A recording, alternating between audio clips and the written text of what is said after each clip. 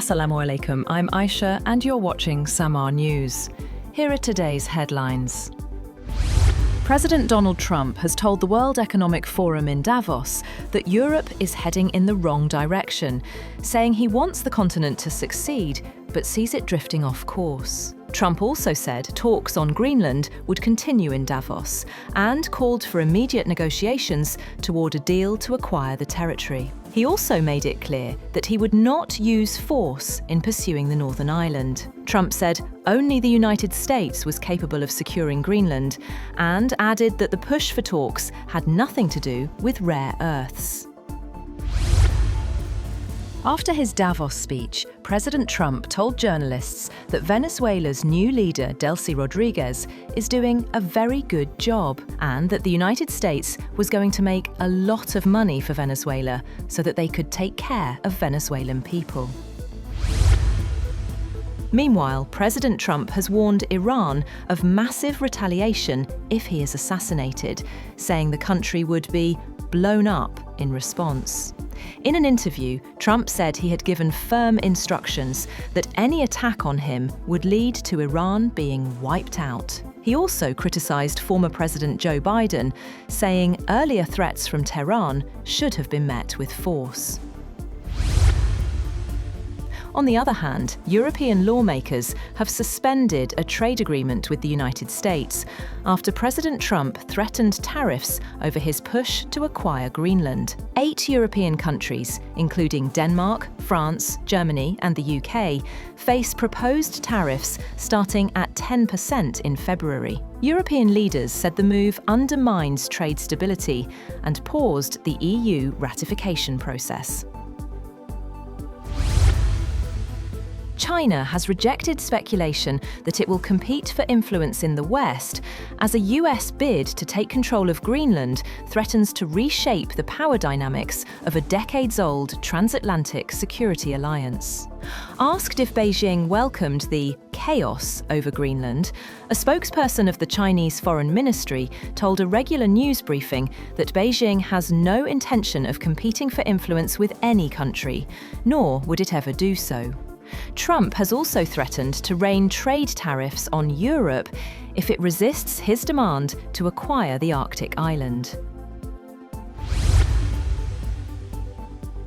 A South Korean court has jailed former Prime Minister Han Duck-soo for 23 years on charges that included insurrection relating to ex-President Yoon Suk-yeol's declaration of martial law in December 2024.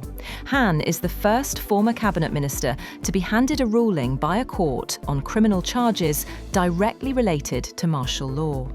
A judge said the Seoul Central District Court found Han guilty because he was instrumental in setting up the outward appearance of a cabinet meeting that facilitated the declaration. Israeli occupation forces have killed at least 11 Palestinians in Gaza, including 2 boys and 3 journalists. Health officials said a vehicle carrying journalists in central Gaza were targeted in an airstrike. Separately, Israeli tank shelling east of Deir al-Balah killed 3 people, including a 10-year-old boy. 2 others, a 13-year-old boy and a woman, were killed in separate shooting incidents in Khan Yunis.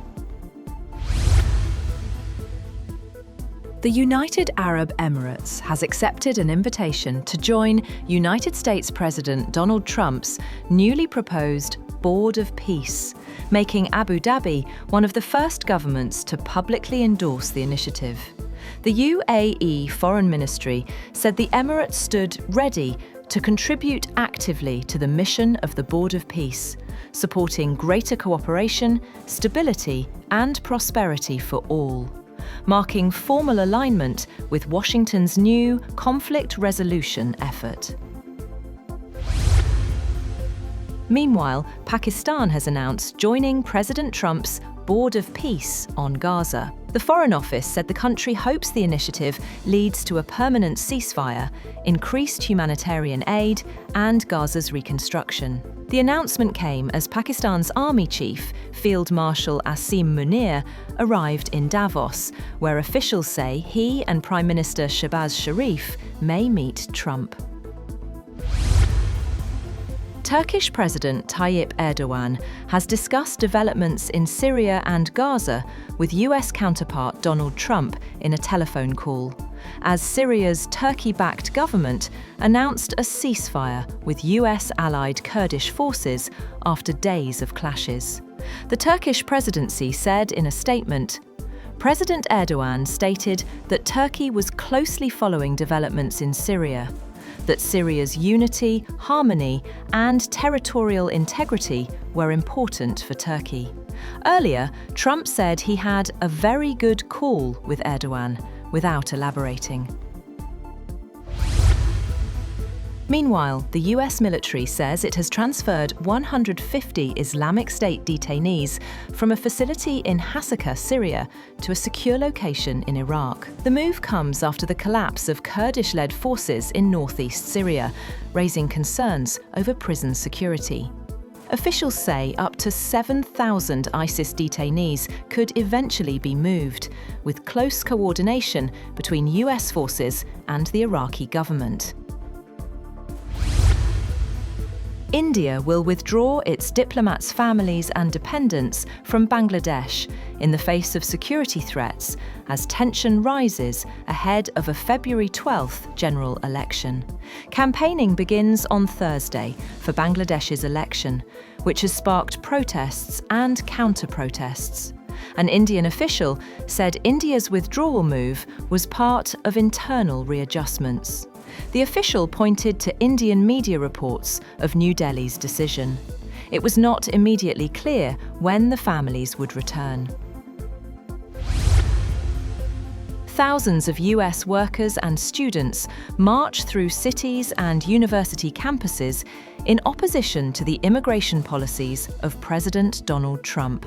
On the first anniversary of Trump's second term, protests sprang up across the country against his aggressive immigration crackdown that prompted outrage after federal agents dragged a US citizen from her car and shot her dead in Minneapolis in past weeks.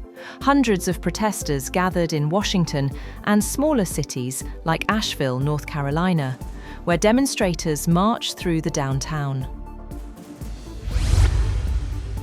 An Indian Air Force training aircraft has crashed during a routine flight in Prayagraj, prompting immediate rescue and recovery operations. According to the Indian media, the aircraft developed a technical fault during a scheduled training mission, causing the pilot to lose control. The aircraft subsequently crashed into a nearby pond and was completely destroyed. Teams from the Indian Air Force, local administration, and emergency services rushed to the site and launched relief, search, and recovery operations. A commuter train has derailed after a containment wall fell on the track due to heavy rain near the Spanish city of Barcelona, killing the driver and seriously injuring 4 passengers.